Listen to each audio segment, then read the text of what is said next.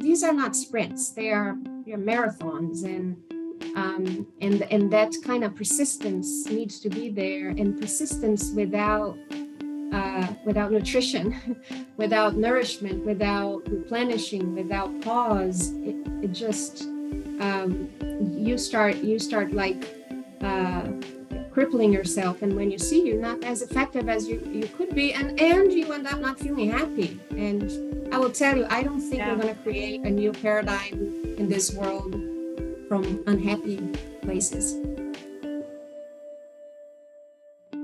Hi, I'm Shannon Lucas. And I'm Tracy Lovejoy. And we're the co-CEOs of Catalyst Constellations, which is dedicated to catalyzing innate change makers to accelerate positive change. This is our podcast, Move Fast, Break Shit, Burn Out, where we highlight catalysts that are creating amazing change in the world.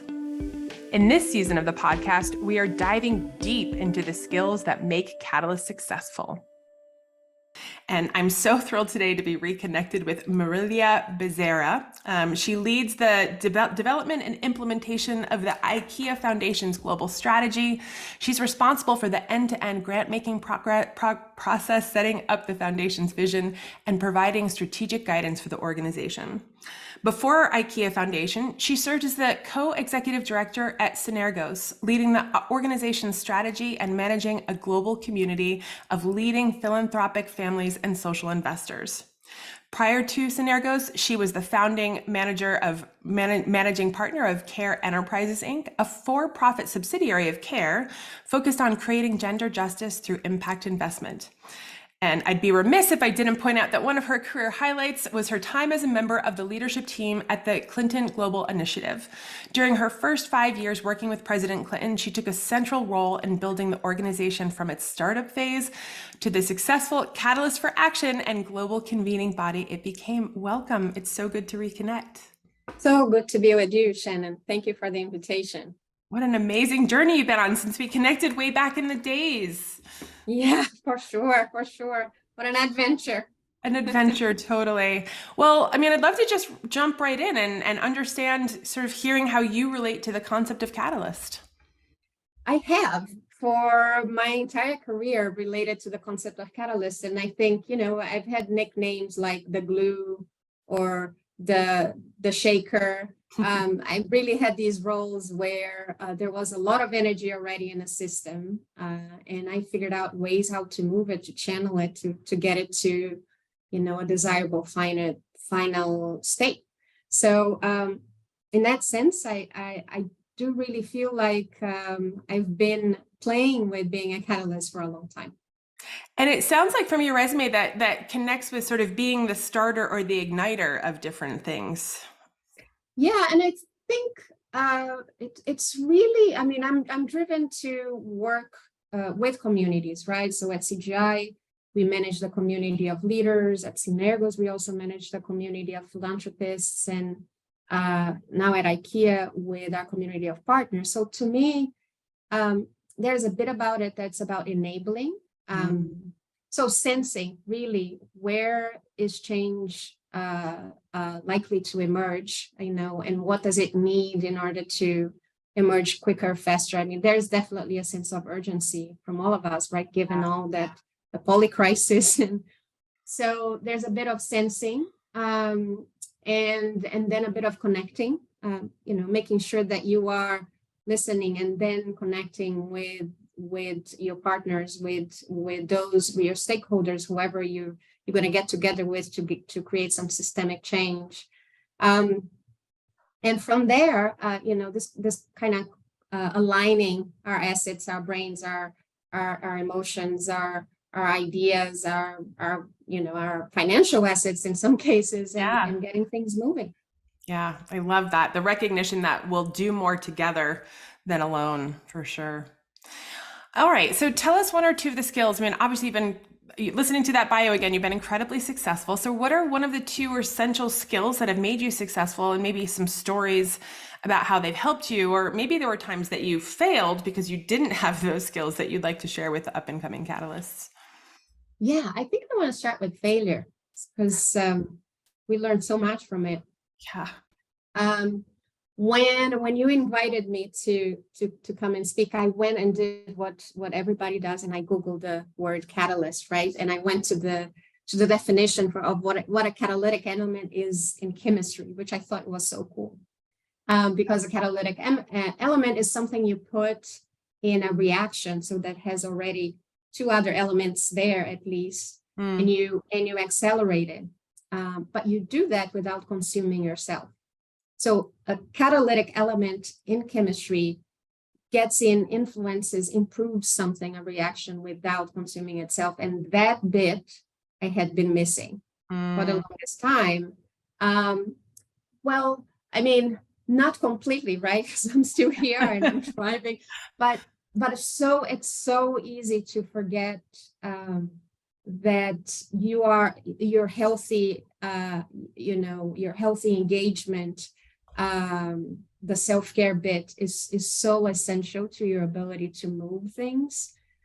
In my sector, social environmental action, we're trying to really transform entire systems, sometimes even bits of economic systems, and move government, move large institutions. And these are not sprints, they're marathons, and that kind of persistence needs to be there, and persistence without nutrition, without nourishment, without replenishing, without pause, it just you start like crippling yourself, and when you see you're not as effective as you could be, and you end up not feeling happy. And I will tell you, I don't think we're going to create a new paradigm in this world from unhappy places. I love that so much, especially that last point, which is like the personal sustainability has to be the foundation for all of the other sustainability that we're talking about. Yeah. And then we are trying to create a world in which everybody thrives, everybody has opportunity, where people, it's like you're trying to move away from extractive practices, and then you're being extractive with yourself, with your own energy. And that can't work, right? You really need to be the change you want to create. It's that simple. So I agree with that. As I've been thinking about it, I've been trying to, what word or what skill do you think defines everything that you just said? I think pause. Pause. Pause. It doesn't define, it's a practice. It's how many times a day can you pause? I am now, I'm sitting in meditation every day, 20 minutes in the morning. And then so it's that constant practice of how much pause can you build between a stimuli coming to you and your reaction? Like, how can you transform the way you relate with the world from reaction to response, right? Where you really build a pause and you build a moment that you can say, okay, I have some choices here, not just go with the first impulse you have. So that's so spot on. And I love the pause. And the pause, as I listen to you, gives us the moment for choicefulness, like the beginning with the self-awareness. What is my reaction to that stimulus coming in? And then some choicefulness instead of just letting that reaction pass through our body and come out. As we were chatting before the show, we were talking about, you've been in this role like for 5 months, and you were explaining how you've done it a little bit differently this time. And I think it's an important conversation because catalysts, sort of by definition, even if we stay in one company for 15 years, we'll have a bunch of different roles. So we're always in that sort of new person process. So can you share just a little bit about the epiphanies and how you've done it differently, and maybe what it looked like before when you didn't do it the way you're doing it now? Yeah, for sure. So, I just took this role about five and a half months ago or so, and it's incredible that it's almost half a year already. But, in coming in, and I know I have a large team to manage, and a team that works with, really at the center of what the foundation does and interacts with so many other teams, pretty much with every other team. And I wanted to start a little earlier, where we still had the benefit of having an interim chief programs officer in place, so I could just take really the time to meet with my team individually, but not just my team and almost everyone in other teams that interact with my team. And that was something around like, I don't know, 40 something individual meetings that I took. And it gave me such grounding, because before I needed to come in and make decisions and really take the reins on anything, I had a connection to people, to what they thought, what they were seeing, what they were challenged by, what they were excited about. And even if I couldn't commit to memory, even the names of everyone at that point, there's other layers of intelligence in us, right? There's other layers of connection, and I could recall, as things were coming up, I could recall conversations, and they helped me guide early decisions. And so I think that's definitely something that if I have to start new roles in the future, I'm going to try and replicate. It's so brilliant. And I also, again, love where you landed, because sort of, as I was thinking about there's a follow-up question there about like, how did you show up for all of those things? Like, what was the intent? And what I hear you, and I'd love for you to expound on it, say is there was an openness and sort of an active listening, that you were listening with your whole integrated body, sort of without an agenda. And exactly, it was I am here to get to know you. And, I gave some guiding questions so people don't feel threatened by the openness of Hi, tell me about you. No, tell me about you, right? What are you excited about? What are you worried about? What are the things you do outside of work? But like really just to get people talking, and the conversations always went to where they needed to go. And my only role was to receive it. And I wasn't pushing myself, making notes and trying to map things. I was just there, present and receiving. And I have been thanked, more than once for the time I took to do that at the beginning. And so I think it probably was a good thing for people to know that I'm coming in and that I have an interest in them and that I am there for them, which I repeated to every single one of them.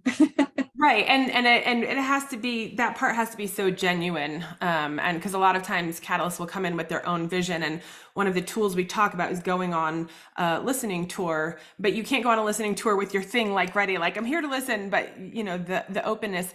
I'm wondering if you have advice, because we know that, first of all, bravo, freaking awesome that's where you landed to set yourself in the org up for success. I think that's easier to ask for and to recognize when you're, at this point in our careers. I'm wondering if you have advice for up and coming catalysts about how they might approach that. Certainly not all mid-level managers are going to let a person start 30 days earlier to come in and listen. Yeah, no, it's a tricky one. And I think I want to note this too, that a lot of what we're talking about, the pause, the ability to build those boundaries and to hold space for people. It does come when you are at a more mature level in your career.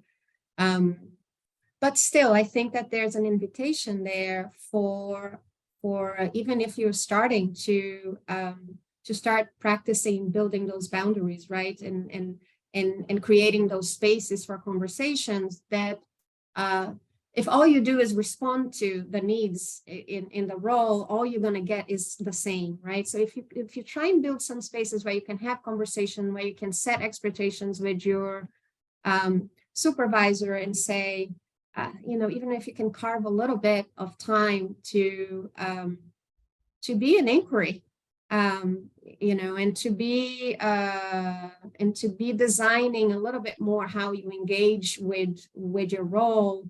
I think you find that even if you put in a little bit, you're going to get a lot out of it.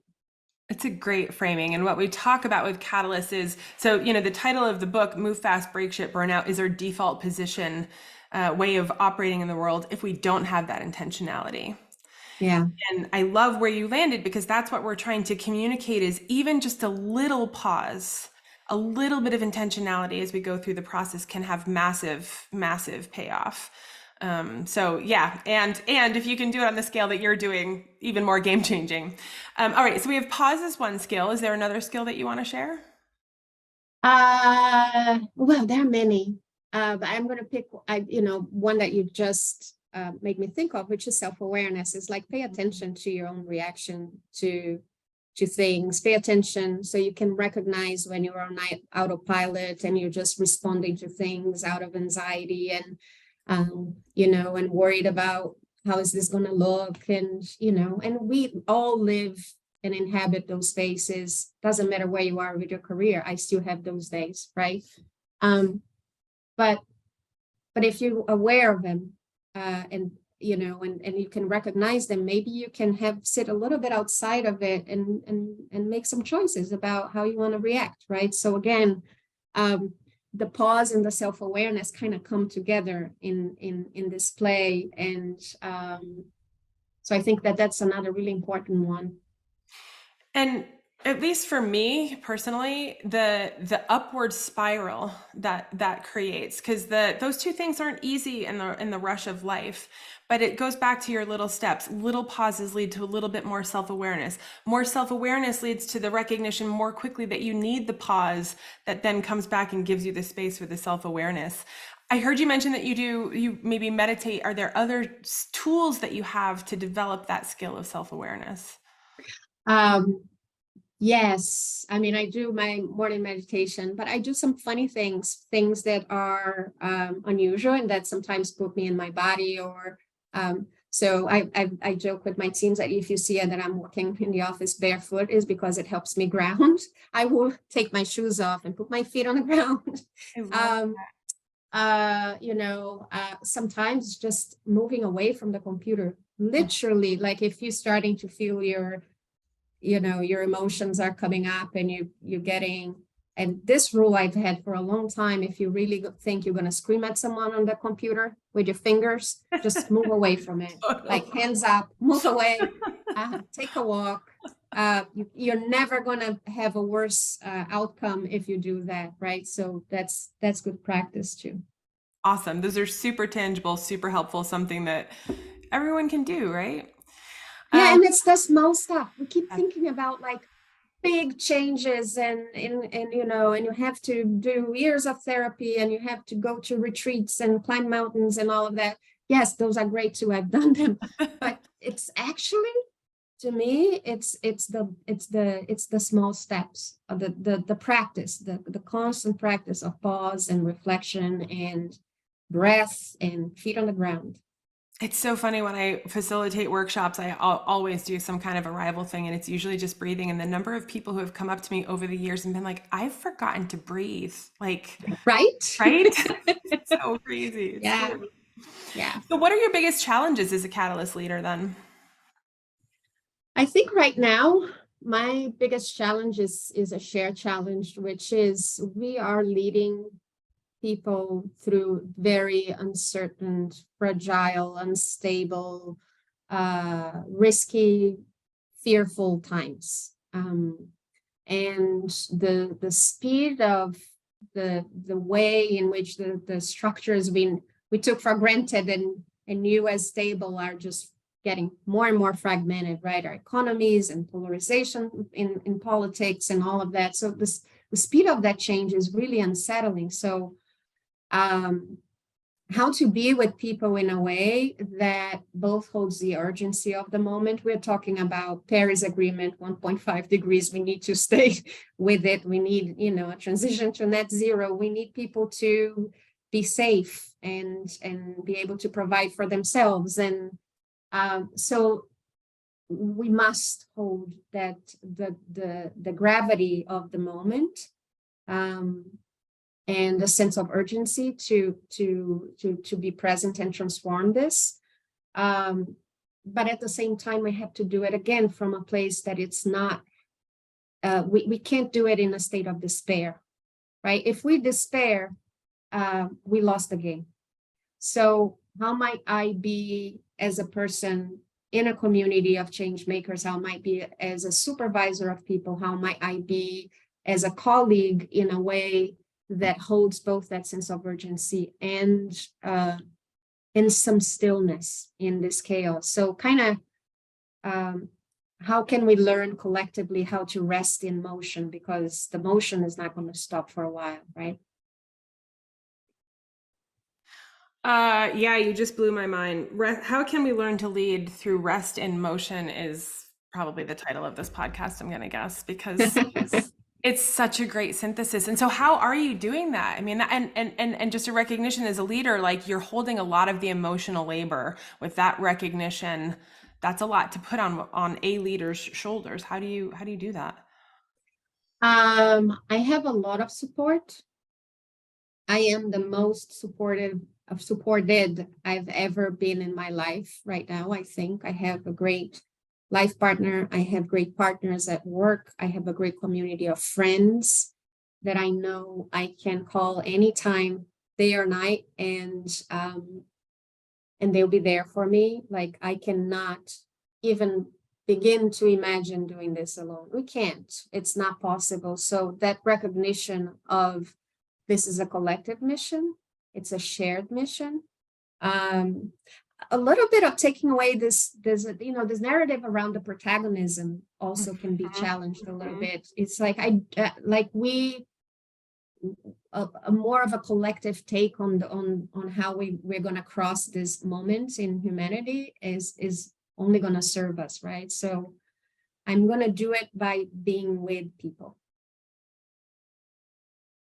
Yeah, that's another key thing for catalysts, and especially if you can find other catalysts who really understand the work that you're doing on a deep level. That, like for catalysts, that's so freeing. Even if you're an introvert, we know that it's freeing. All right, yeah. Moving on. I would love to move into the rapid fire. So, what is a way that you get prepared for a big meeting? I wish I could get better at preparing, like, reading, and I tend to prepare as I go along. But I do, if I'm nervous about it, I'll take breaths. I'll find a quiet place and I'll take some breaths and I kind of try and come back to my body. It always helps. And then I also try and have fun. I imagine myself having fun in the meeting. Like I play the fun part of it in the meeting, if it's possible. Some meetings, there's no fun in them, right? But for most of them, we can imagine, it could be really fun in this and that way. And it works. It totally works. I had this huge talk, and the last thing my mom said to me before, I was walking out on stage, she's like, remember to have fun. And I was like, it's just game changing. Because even if things go sideways, you're like, oh, look, that didn't work. All right. How do you like to spend a free day? Do you get many free days? I get more of them now that I moved to Europe. Thank you very much, Europe. People in Europe take vacation. I haven't gotten there yet, but I know I'm going to have 3 weeks vacation this summer, and I am awed and so excited to imagine what does it do to someone to every year have a consistent 3-week break. So America, come on. But so yes, I have more of them. And what I like to do is usually stay at home because I do so much traveling. And so I do so much, so much of my work is about being with people and conferences and all of that. So I actually love cooking, listening to music and being quiet. It does, the recovery from the exertion of being around with people tends to be more like, being at home. Yeah. I relate. All right. Favorite catalyst, alive or dead, and why? Who I think it's a catalyst? I think Oprah is a catalyst. I think she's like has this receptors and tentacles that is tracking like all the cool stuff and cool people who are doing soul transforming things, and she pulls them and she pushes them out into the world. There's something really beautiful about she certainly has a protagonism in the world, but like there's a deference to others that I think is really beautiful. And then, I have so many friends who are catalysts that you should have them all in the podcast. We'll welcome the recommendations. Totally. Yeah. So Gar Vanderbeck at Aspen, the Global Leadership Network. Malika Dutt is at Hewlett. She's fantastic, the best catalyst in the world. Awesome.